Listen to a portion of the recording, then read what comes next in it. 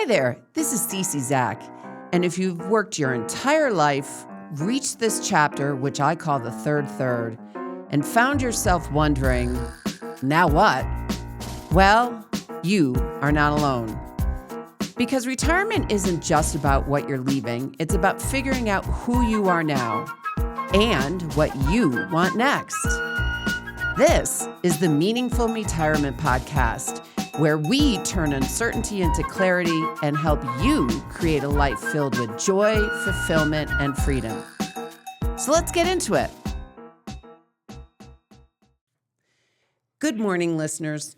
Today, I am thrilled to welcome my dear friend and longtime colleague, Nick Colucci, to the Meaningful MEtirement podcast. Nick is one of those rare leaders whose success is measured not only by what he has accomplished, but by the people he has helped become their best selves along the way. As a former chairman and CEO of Publicis Health, a medical advertising Hall of Fame inductee, a recipient of the Healthcare Business Women's Association Honorable Mentor Award, Nick has built an extraordinary career defined by leadership, vision, and an unwavering commitment to developing others. What has always inspired me most about Nick is his gift for mentorship and sponsorship. Throughout his career, he invested in people, opened doors, challenged others to think bigger, and helped shape generations of leaders who continue to make a difference today.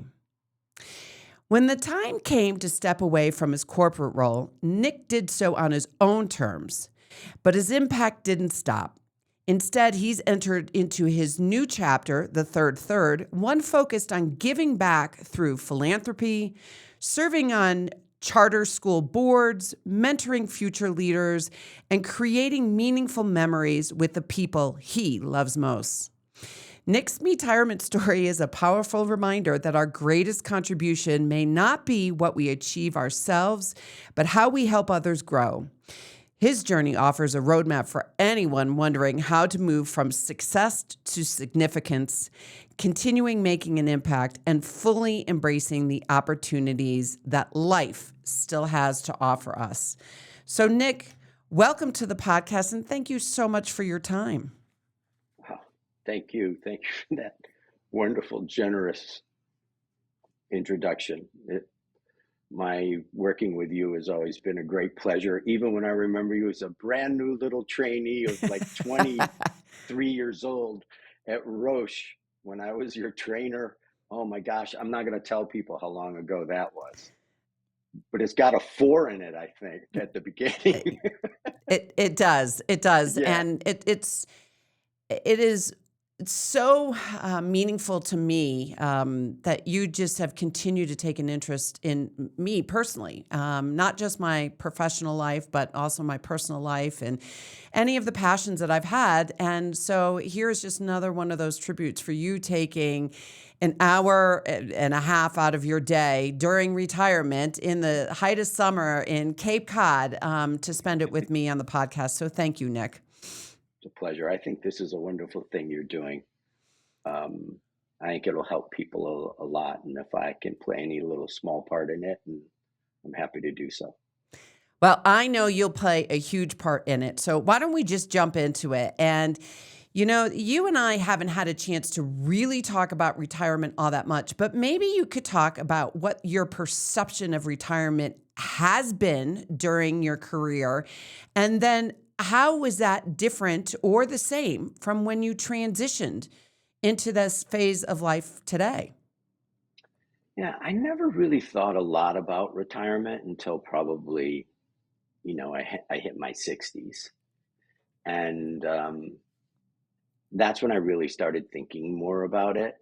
And I never really saw it as a end, to be honest.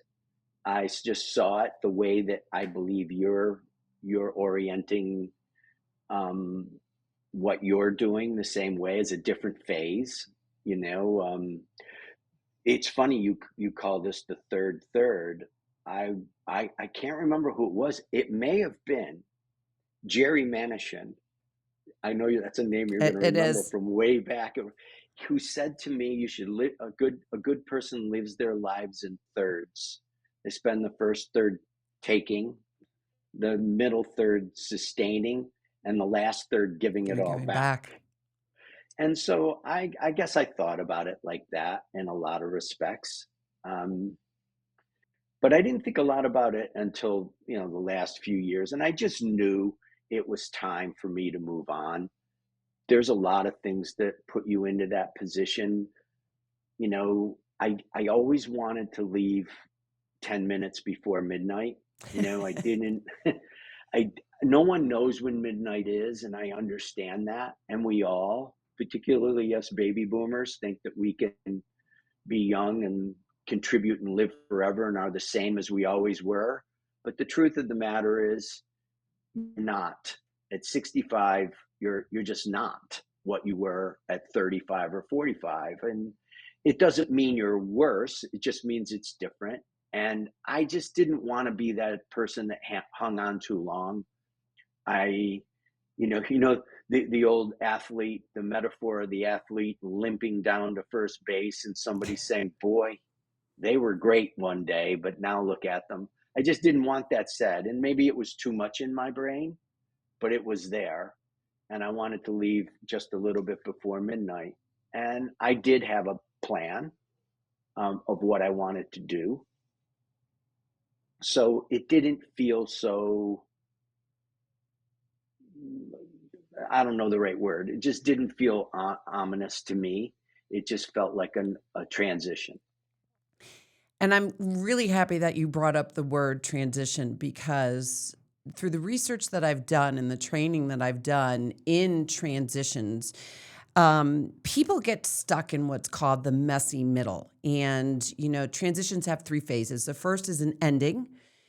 Then you get this messy middle, and then you get a new beginning. And this messy middle, where I mentioned that I find, and the data's out there with Chip Connolly and the Modern Elder Academy, that people get stuck in their identities, and they get stuck in the stories they tell themselves or the beliefs that they have.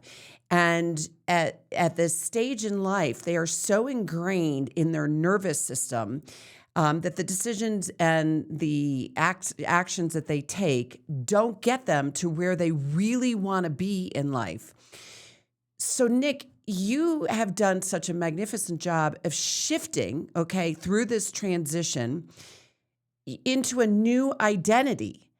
How did you do that in a way that you gave up, what your previous identity was as an extraordinarily globally focused, worldwide acclaimed leader, with tremendous accolades? I mean, how did you step away from that identity into who you are today? And the short answer, I don't think I defined myself that way. I don't think Mm. I thought about myself. Look, you can't be in any kind of leadership role without a strong ego. People are always questioning decisions that you make and things that you do. That's what it takes. And thank God I lived through just the end of my career was the beginning of the social media era. Now, even more so, I think you have to have a good, strong ego and a lot of support group to lead. That being said, I never defined myself as a leader, a CEO, global. I just defined myself as as somebody who wanted to live their life in balance. Um, you asked, you sent some questions to get me ready for this, and you said, what's the most important decision I made in my career that or made in my life that put me this way? And I couldn't think of one. I thought of two though these last week. One was this decision about living your life in balance and being so much more than just one thing or two things. Um, it it probably to a certain degree limits your what you can achieve, because if you've noticed, people that are really focused and really hard driving towards one thing, a lot of times those people end up being one of the best in the world at it, and they are very high up. A lot, you see it, and we honor those people a lot, and maybe a lot of them and they should be honored. But I made a conscious decision not to make it all about that. I wanted to have a life, like I said, in balance, that had a strong family life. I wanted my kids to know who I was, and I wanted to be a part of their lives. And I wanted a career, and I wanted to make an impact in that career and in people's lives. But I did it in a balanced way. I mean, everything from the way that I even manage my money. I mean, I saw some really smart. I bought Apple stock in 1986 or 87 with my first manager's bonus check, but I could have put a lot more money in it, and I didn't. I lived it in balance. I have so many other things that I could talk about like that. So I think I don't know if that was ever a conscious decision. I think it pretty much was that as I got into my 30s, I just wanted to live my life in balance. And then the second thing I'd say to you about it is about which kind of weaves in on this is, I've been a perpetual learner my whole life. I actually believe it's the key to my success. If I've had any success, or the key, it's certainly the key to my happiness and the way that I'm perceived. I'm going to create a little, if you draw a circle around everything, the circle, like just do a circle, the circumference of a circle is everything you don't know. Everything you do know is what's inside that circle. The funny thing is, the more you keep drawing the circles, concentric circles, and the bigger and bigger they get, the more inside it, the circle, true, but the circumference of that circle is what you don't know. Yeah. And that gets bigger too. And that attitude has been pervasive for me. I stole that from my fourth grade teacher. She said that one time. I never forgot it. I don't even know how old you are when you're in fourth grade anymore, like 10, I guess, and or 11. And I never forgot that. Never. And so I think that's pretty much been my whole life. And what it's made me is it's given me a measure of intelligence and savviness or smarts, whatever you want to call it, because I read a lot and I try to learn a lot. But at the same time, it's kept me amazingly humble, because I realize there's just so much I don't know, so much that is out there to be learned, or out there that is just a part of what is almost impossible to truly know. And those things in balance have made me who I am. And it's wonderful that you asked the questions that you did. It made me think about articulating it like that. It's fascinating. The research that I did concluded that, especially in this phase of life, that balance is so needed to find joy, fulfillment, and freedom. And the fact that you lived your life that to begin with is extraordinary, because I don't think many people, especially in that second third of life, find it in themselves, for whatever reason, to learn what balance is. You mentioned your family, you mentioned your career. What are some of the other things that maybe you could think of that create that balance, and that you see it shine through in what you're doing today? Your physical being, your place, like maybe travel, or the fact that, you do have another home somewhere that I know brings you great joy.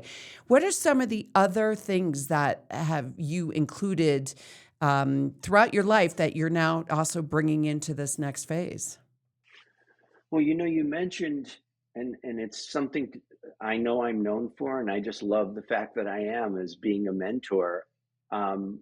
I guess I've been a teacher my whole life, Mm. because the moment I stopped work that semester, that winter spring semester, I started teaching a class at City College in New York.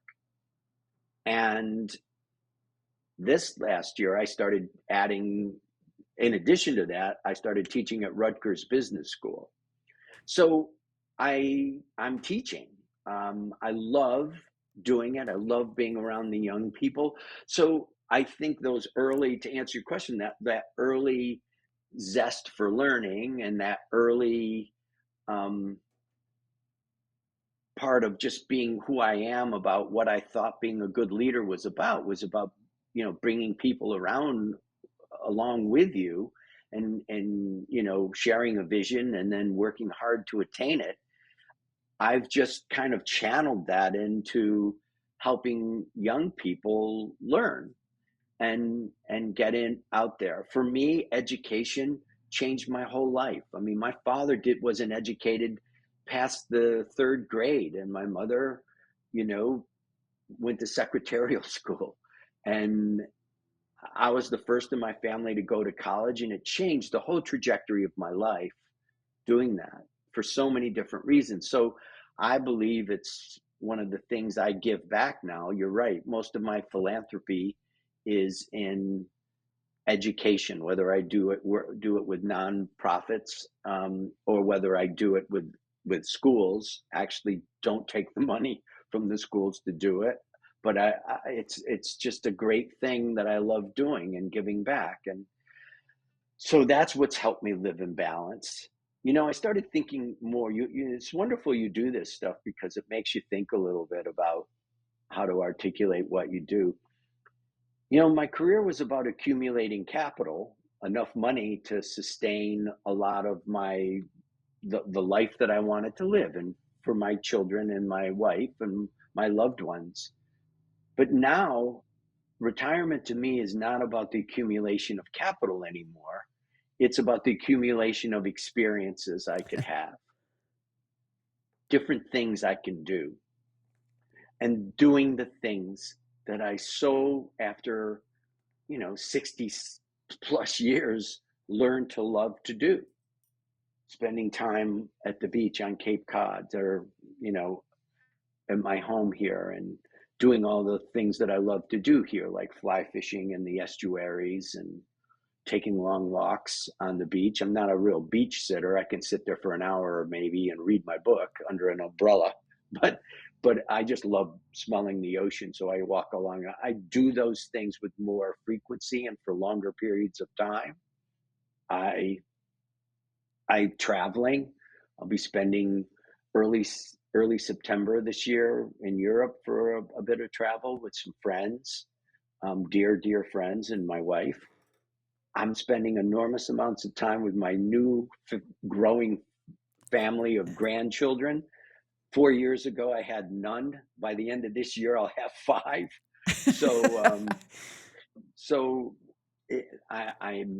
I've spent time with them this past week. I've got my other children, one child here, another one coming up in a couple of days with my second grandson.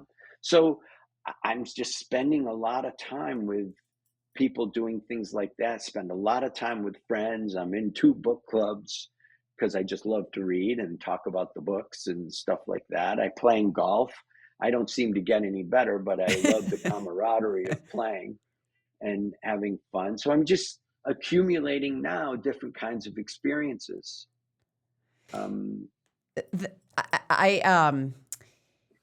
It is so inspirational that you are the vision of what my research uncovered. And Really? yes, I uncovered through the research I did with people that live joyous, fulfilled lives here in the Vail Valley. I uncovered these 5 zones of influences, which is the balance. And all of the respondents said that to find your best life, it is to live in balance in your relationships or people, your psychological well-being, being in a love-based state versus a fear-based state. The third is around your physical well-being and mental well-being, taking care of yourself, which I know that you do. The fourth is around your purpose, which, my gosh, your passion around helping others and teaching is just extraordinary. And the fifth is around place. And you had just mentioned that you spent a lot of time at the beach. And you are truly the role model for what people have quantified for me of how to live your best life in your third.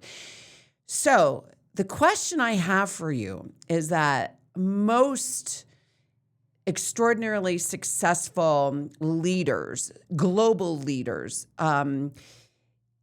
are challenged in transitioning into this new phase of life. And a lot of times they choose to find boards to be on, for whatever reasons it may be. And I know that there's been quite a few different companies that have asked you to be on boards or have inquired about your board service, for-profit board service. How did you choose not to really entertain that and instead focus on areas like Cory Booker's initiative for charter schools in Newark?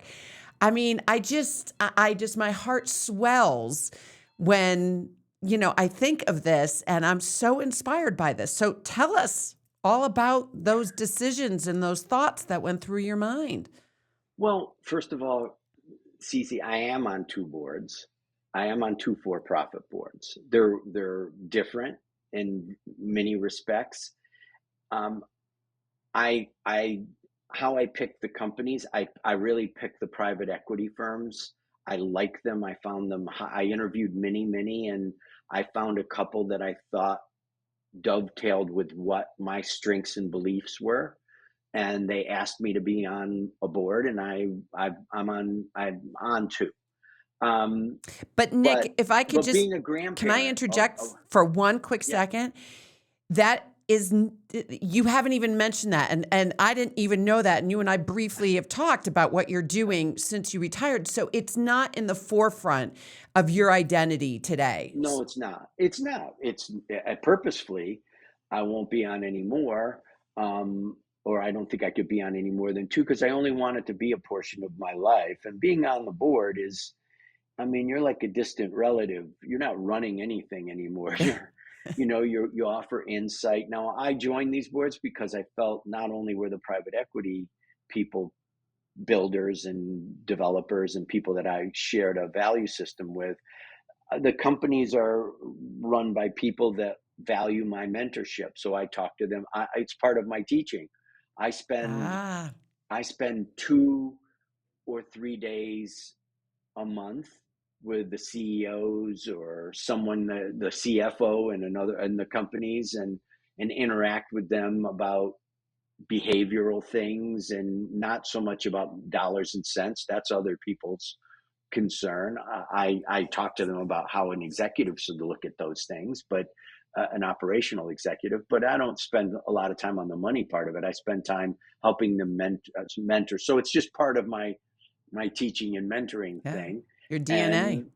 and that's it. So I do that, but I mean, look, but I don't want to work, meaning consult. There's a lot of people that was something that I just made a conscious decision I didn't want to do. If I wanted to do that, I would have stayed working Mm. for a while longer. It just wasn't what I wanted to do. I don't think there's anything right or wrong with it. I just think for me, that was it.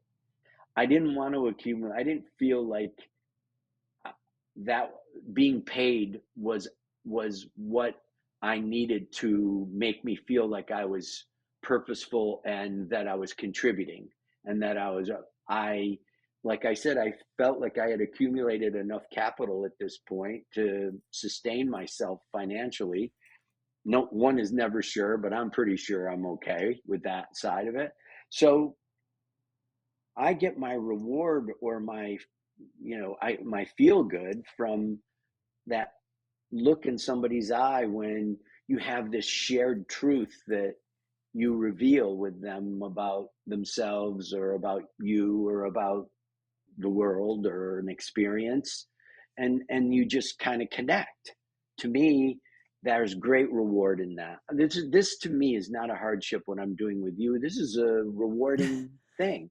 The fact that you would ask me to do this is an enormous honor, and the fact that uh, you care about what I think. What is more important than showing somebody that you care about what they think and say and do? There's nothing more important. I don't think. So not only are you a role model for validating the research that I did, have you had the chance to read Arthur Brooks's book From Strength to Strength? No. Okay. So Wait, Arthur Brooks? yeah, he is the Harvard professor around No, happiness. Um, no, I haven't. One of the things that he said that you are validating again is that you find great fulfillment in the wisdom that you are helping others grow from.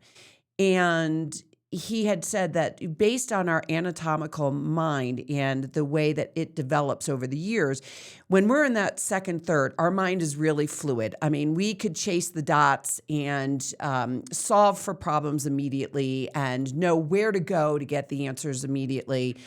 And when we shift into the third third, our anatomical brain doesn't have that fluidity anymore. So we're not as quick. We're not as fast to be able to do what we did earlier. But the wisdom, because of our experiences, is extraordinary and can be matched by no one in that second third of life.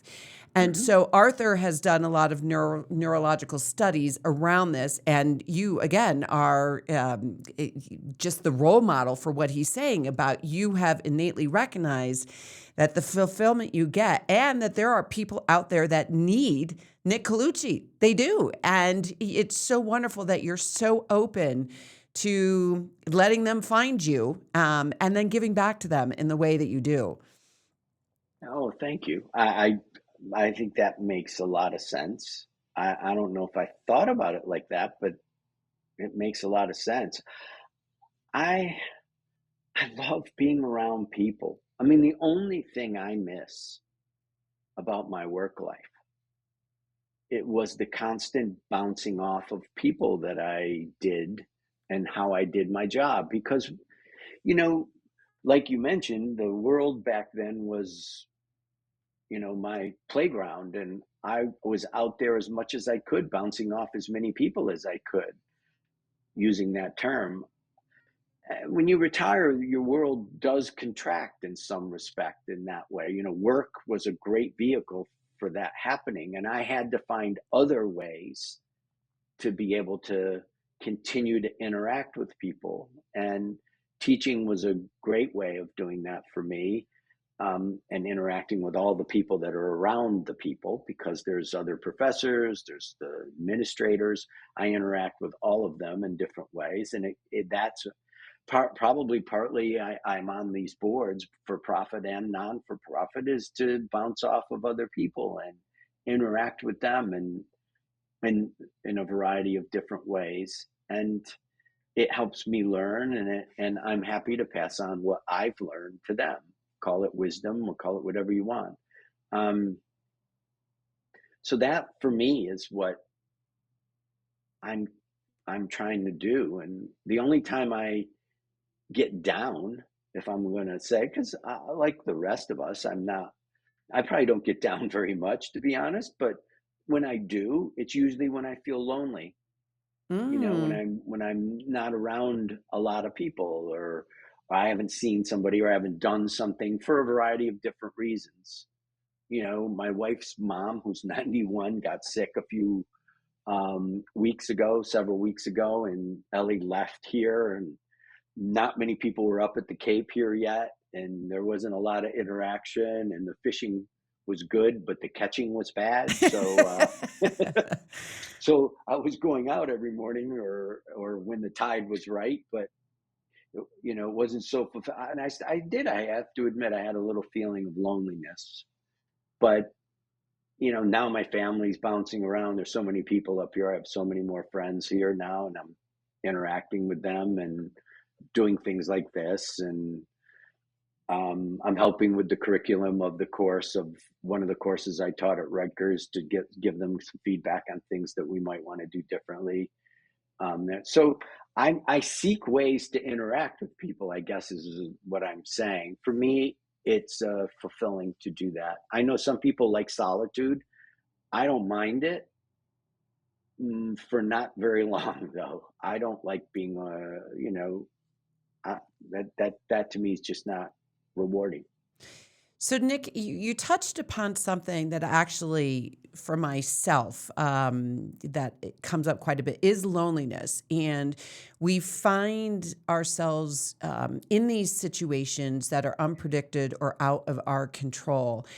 Um, do you have any advice, or are there tricks or things that you do to help you kind of branch away from that loneliness? Because you're only human, I'm only human. And this has been a learning process for me as well. As what do I do that doesn't sap my energy by doing things I don't want to do to try and fill that loneliness, but to try and find things that fulfill me. And I'm wondering if there's things that you've learned about yourself, just even in the last 3 weeks when Ellie went home to take care of her mom. Yeah. I think seeking, it just depends what it is that like we've been talking about that you really like, and you try to find different ways to exchange that. I'll tell you what I ended up doing. I realized it was becoming Little League baseball season, so I walked up to the Little League baseball field to see whether anybody needed whether they needed any help with a coach, Oh, teaching these kids Little League baseball. They they admired that I did that I came up. They thought it was kind of cool, but they didn't want any help. But I'm just giving you an idea that came to my mind about what I would do. I probably could, one of the other things I thought about was going to a library and maybe just hanging out in there and working the reference, just like yeah. volunteering. So there's just, I guess there's just a thousand things that we all could do. You just have to get yourself out there to do it. Right. And I, but I have to tell you, I don't feel lonely very often because I just, You live a I don't balanced want you to life. think, yeah, I find ways to do different things.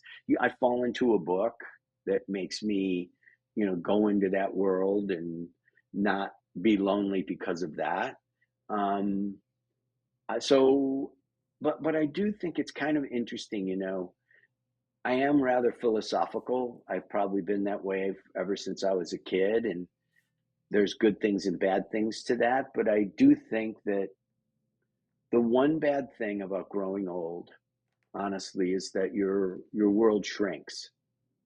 Um, I think you can do a lot of things to expand it that people don't do. They don't put themselves out there anymore. They don't push themselves physically to um, to stay as healthy as they could because you get limited by your. I mean, I have aches and pains I never had 20 years ago and 25, and I can imagine if I'm lucky enough to live for 20 more, I'm going to be limited in other ways that way. And because of those things, you by definition, your world just gets smaller and smaller and smaller.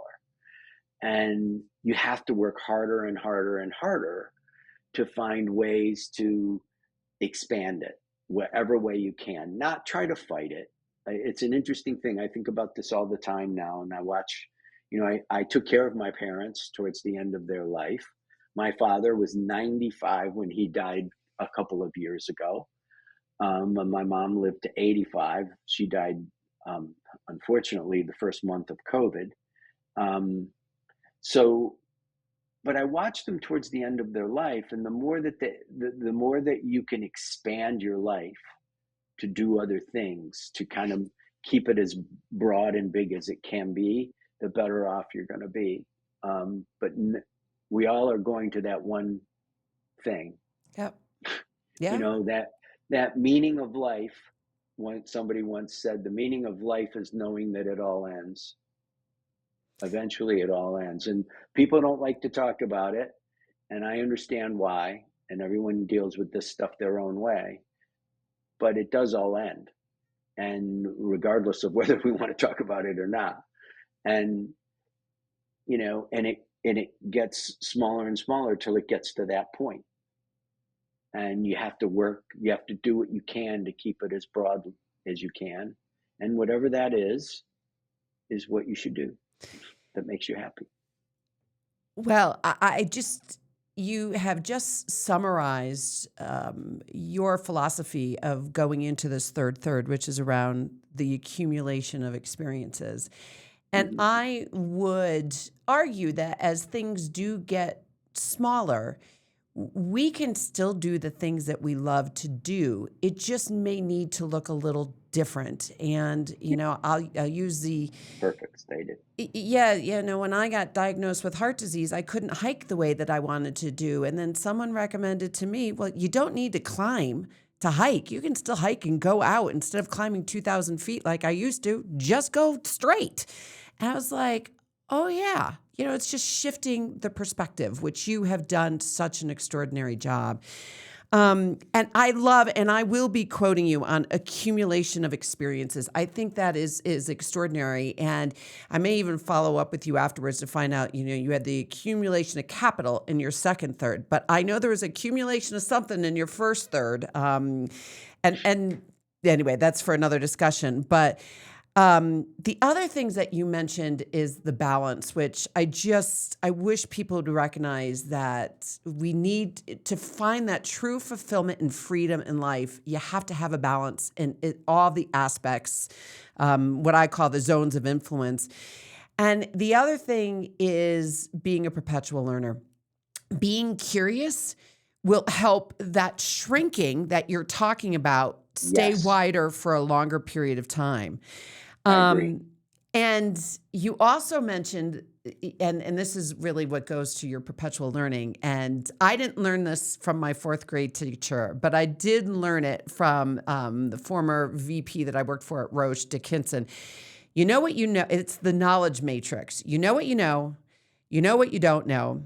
It's what you don't know is really where you can get yourself into trouble by being naive or to expand the opportunities. And again, you just came out and said that. And you're also, I think, the first male, and I'm not trying to genderdize book clubs, but I think you are the first man. And what I Yeah. understand in your book clubs, it's all men in your book club, and you're not Yes. just in one; you're in two.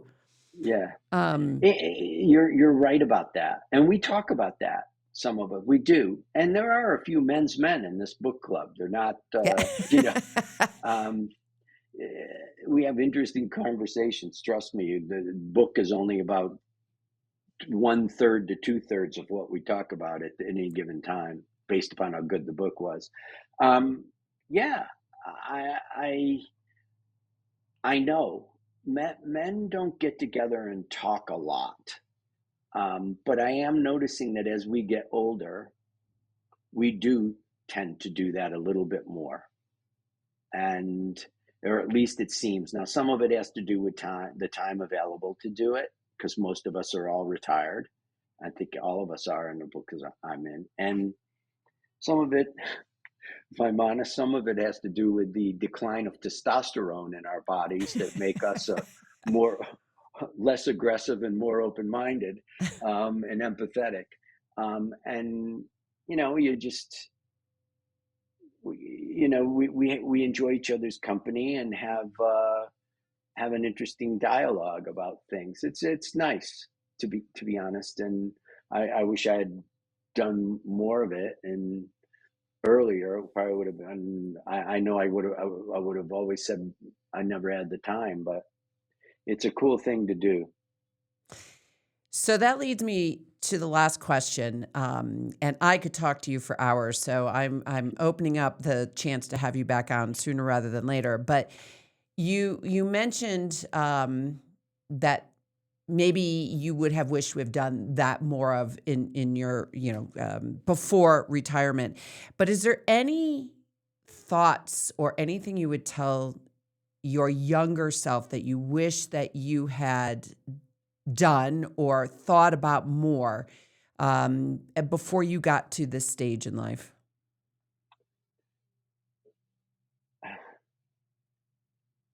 You know, at that, you referred to the Medical Advertising Hall of Fame. At the end, how I ended it is I said, I have very few regrets in my life, in my at all. in anything. I've had a charmed life. I really have. But if I have anything that I wish I would have done more of, is I would have spent a little bit more time in the moment, celebrating my little victories, and maybe spending more time in those defeats, understanding them and thinking more about them. So spent more time in the moment, because I was just, part of what makes you a lot of times a good executive is you're able to make a decision, and you're able to work really hard, and and bring people along with you to do it, and you get a measure of success or failure as a part of it. You analyze it quickly and you move on, and you learn how to take on the next thing. And I'm lucky. I had a lot of very positive things happen along the way, and I don't think I celebrated them enough. I didn't spend time in the moment enjoying that moment. Some of it might have to do with the fact that I was a football player in college, in high school and college, and my high school football coach, I'll never forget. I played for him back in the mid 70s when football was starting to change. I was a running back, and you would score. And back in the days before that, you would score a touchdown, you'd hand the ball to the referee, and you would run to the sideline. You never celebrated. Celebrated. The mid 70s was when football players started celebrating, doing dances, spiking the ball, doing that stuff that we now see as rather routine. My coach was from World War II, who was coaching me at the time. He was in the prime of his life. He was probably 50 at the time, in the 70s. And I remember when I scored a touchdown, maybe one time, spiking the ball, and he came over to me and he said, "Act like you've been there before and you're going back again. You don't need to spike the ball or dance." And I guess that always left an impression on me about not trying to show off in the moment or enjoying it. But I think the downside of it is it just didn't. I could have spent more time enjoying the moment. I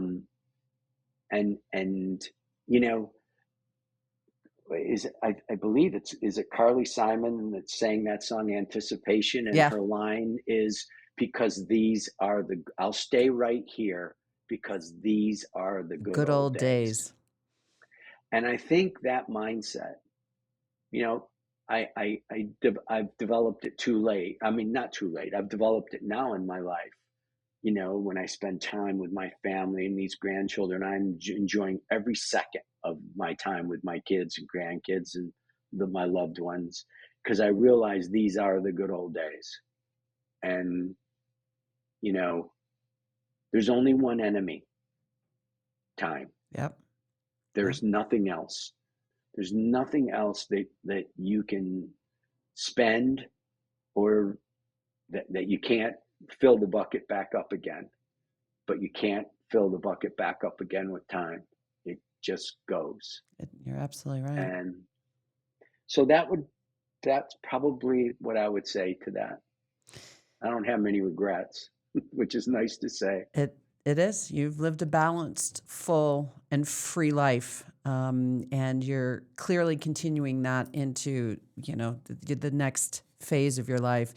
Nick, I am I am so inspired by just spending this time with you. I leave here elated that the hope and the possibilities for not only myself, I'm being a little selfish, but for everyone that listens to this are just going to be overwhelmingly positive. Like, just people are going to come up with so many new ideas. And I just, listeners, if I would leave you with just a couple things, remember, this is the time for us to live our best life through the accumulation of experiences, just like Nick said.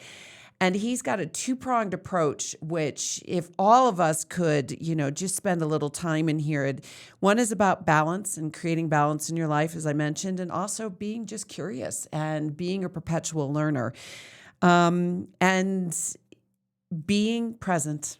And we didn't even get a chance to talk about you as a grandparent, but that's for the next one. And okay. So, Nick, thank you again, and I hope you have a glorious time seeing your family grow over the next couple of months. Thank you, and thank you for doing this, and thank you for your presence and your interest in speaking to me in the way that you do. You're a special person, and I'm I'm glad I'm glad we have the relationship we do, and I'll come on this. I'll do this anytime you want, Cece. Uh, Anytime. Thank you, Nick. That means the world to me. And listeners, just remember transitions are hard. And if you're feeling uncertain or a little lost, you're not alone. But this is where something new begins. And just remember Nick's, I guess it's a three-pronged approach about, the accumulation of experiences and a balanced life and being a perpetual learner. So to next time, this was Meaningful Retirement. I am Ceci Zak, and thank you, Nick, for spending time with us.